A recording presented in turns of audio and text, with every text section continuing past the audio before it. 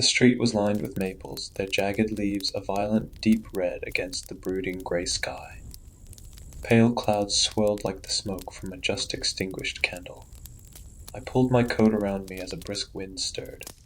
In the distance, I could hear the sounds of traffic and people, but the main streets were several blocks from the cafe where Jeffrey had asked to meet me. Jeffrey and I had not spoken in some time. We had been close in university, but he had gone on to practice psychiatry in a hospital, while I had established my private practice on the other side of the city. And eventually it became so that we only saw one another at conferences or by coincidence. Nevertheless, I had heard about the incident with his patient from a colleague, and then again when it was published in the newspaper. Soon it seemed it was all that anyone was talking about. Poor Jeffrey and his poor delusional patient. Imagine having to do what Jeffrey did, they said in hushed tones. Horrific. And can you imagine? So when Jeffrey called me out of the blue and asked me to meet him, I already had an idea of what it was he wanted to discuss. A bell jingled as I pushed open the door of the cafe, and the smell of coffee greeted me in the warm air. I rubbed my hands together briskly to warm them and scanned the cafe. Jeffrey was seated at a small round table in the corner farthest from the door, his back to the wall. His eyes were round and darting, and his shoulders tensed up to his ears. I raised a hand in greeting, and he returned a sharp nod. I ordered a latte at the counter and approached the table. "Nice to see you," I said as I slid into the seat across from him. He offered a tight-lipped smile. A cup of black coffee sat in front of him, seemingly untouched, looking still and cold. I removed my gloves. "How have you been?" I asked. "I assume you've heard about my patient." His brown eyes had a tired sheen and were rimmed with stinging pink glassy against the dark circles beneath them. His face sagged with the gravity of exhaustion. "Yes, I'm so sorry. What a horrific affair." Jeffrey nodded, lips pursed, eyes not leaving mine. "Right, but you don't really know, do you? What happened? No one does. I know the short of it." He shook his head. "You need to know what really happened that day." I wondered briefly if this would take longer than I had expected. I had a session at 1 o'clock. It was 12:15 already. "Book a session," I thought to suggest, but instead I leaned back in my chair and asked, "What happened that day?" "Don't do that." My eyebrows lifted slightly. "Do what?" "Talk to me like I'm your patient." The waitress appeared and placed the latte on the table in front of me.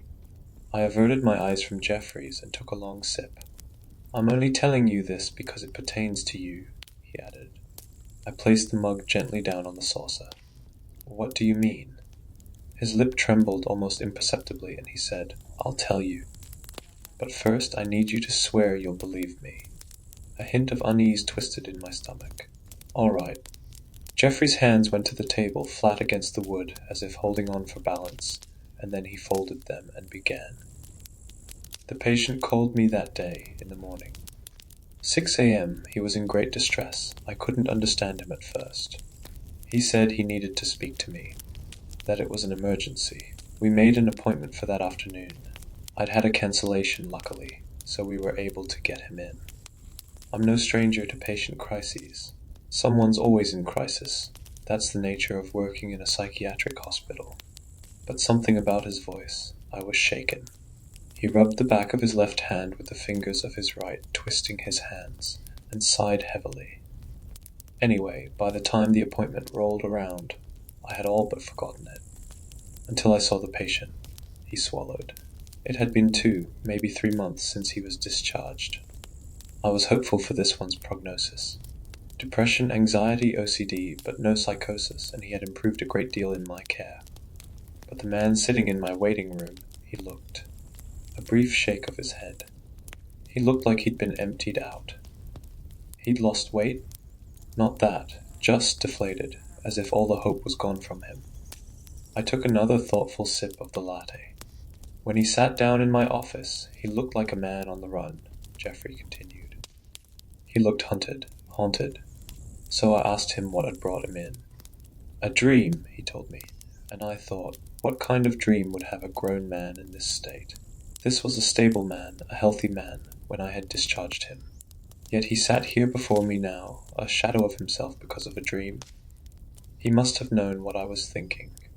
He was sitting on his hands, looking at me with trembling eyes. "It didn't feel like a dream, Doctor," he said to me. "It felt like I was living it. I felt everything, everything. And when I woke up, it felt like it had happened, just not yet." "Like a premonition?" I asked him. He shook his head furiously. "Like a future I already lived," he said. I couldn't understand what he meant, Jeffrey said. His fingers went to his saucer, and he began to trace its edge absent-mindedly. But I asked him what the dream was about. He looked at me with fear in his eyes and said, "You." He went on to tell me that in this dream he was convinced was already reality, but a reality that had simply not unfolded yet. He had killed me. I frowned. He went on to describe it. He had approached my house sometime in the night. He had come up the front walkway, driven an elbow through the window beside the door, then reached his hand through and unlocked it from the inside. He entered and stood there in silence. He could hear the sound of his own breathing, the soft creak of the floorboard as he shifted his weight on his feet. Part of me knew what I planned to do, he told me, and was filled with hatred and rage.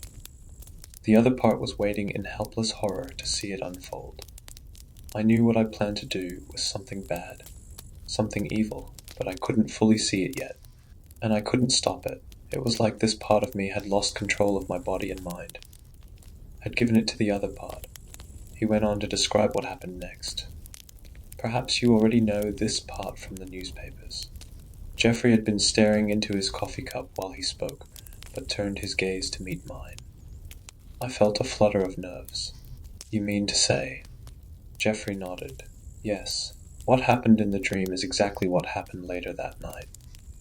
With the exception of one thing, in the dream it was I who had died." A shiver crept up my spine. When I told him it was just a dream, he begged me to put him away, pleaded to lock him in a cell that night so that he wouldn't hurt me. "Do you have the intention of hurting me?" I asked him.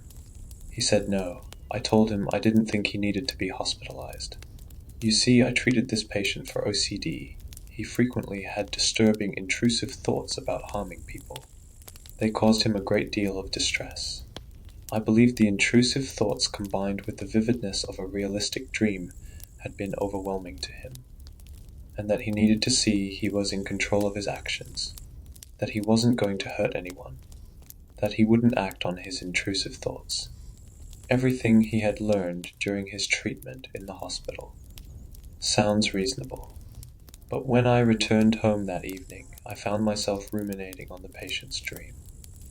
Things he had said, details.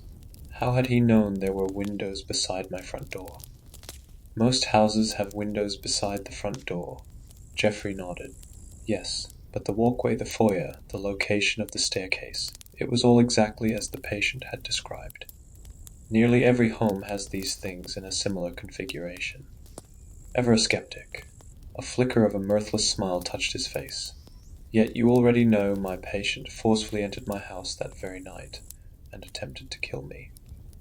There was a charged silence. Jeffrey sighed. I admit I thought the same. I tried to shake off the feeling I had about my patient's dream. He paused and wet his lips.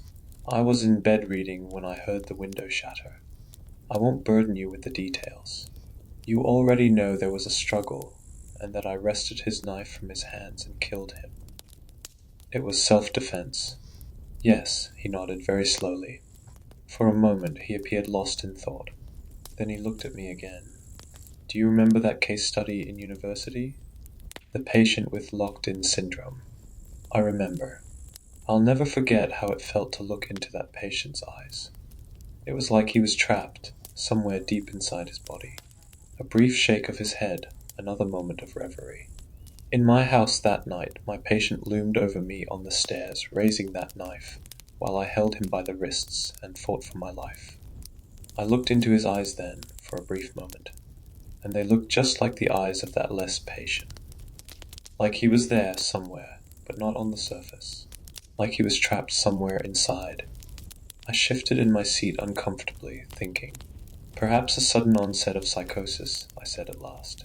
Jeffrey furrowed his brow. An acute episode, or perhaps a neurological condition, I went on. No, he said sharply, his voice suddenly hostile. I recalled his earlier words. You said this pertains to me, I said. Do you believe the patient suffered from a condition I have some expertise in? No, he glanced furtively beyond my shoulder. Listen, I need you to believe me. I believe you. Not what I've said, what I'm about to say. I can't promise that. Listen to me. He leaned forward in his chair, lowering his voice. This is the truth. All right, I'm listening. He began to speak in a low voice, and I leaned forward as well to hear him. I told you I couldn't understand it when my patient described his dream, when he said it wasn't a dream, but a thing that happened, that had already happened, but that simultaneously had yet to come to pass. That I discredited him as having had an extremely realistic dream, but still a dream, nonetheless. I nodded, but I see now that I was wrong, because now I could see the whites of his eyes around his irises. His gaze bore into mine with that imperative, listen to me. Now I've had the dream as well. A dream about that incident? No, a dream that I see.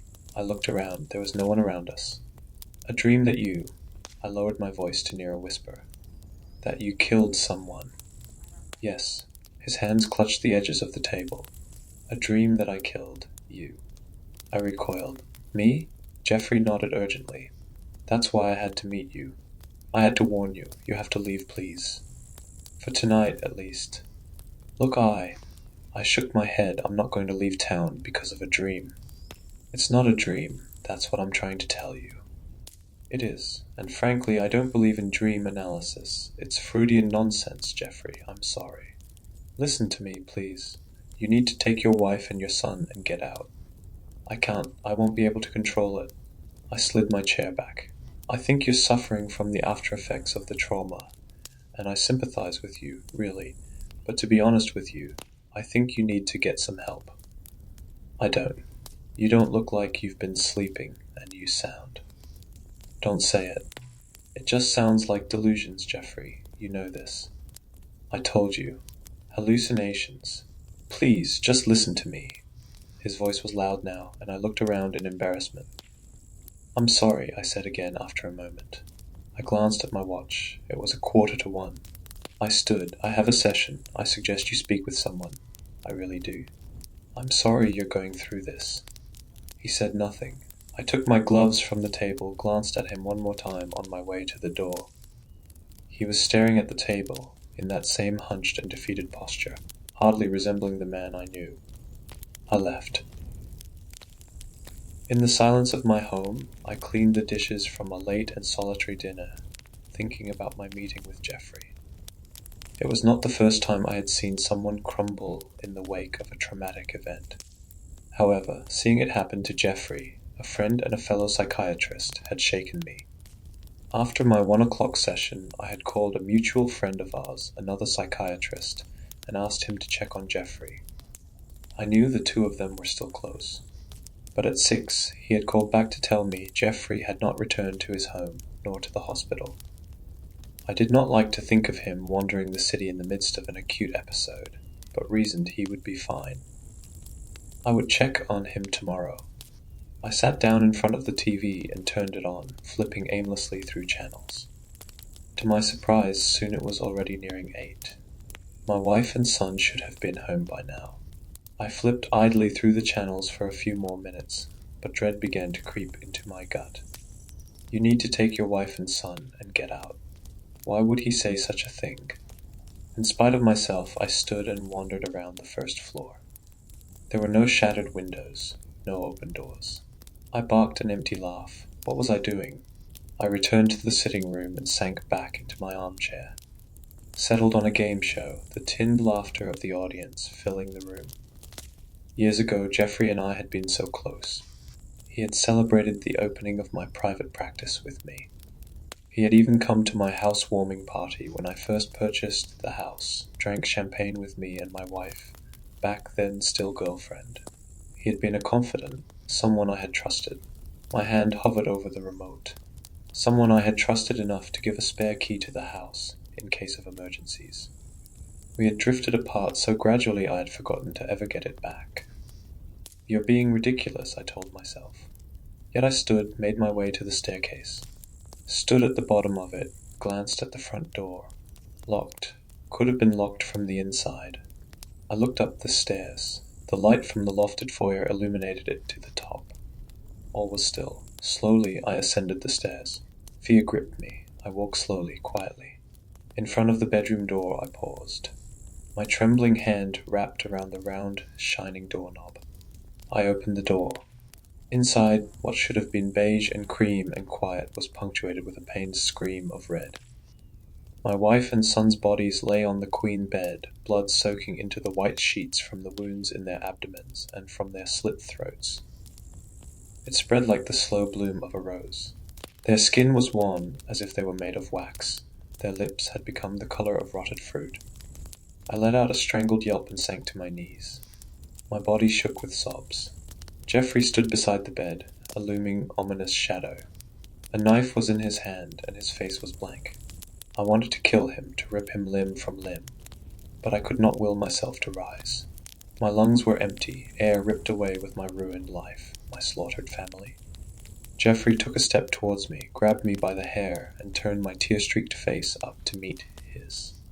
Our eyes locked. His were mad and empty. His face was contorted with rage. But somewhere beyond the madness, there was a flicker of the man I knew, trapped somewhere deep inside. A tear fell, and he raised the knife.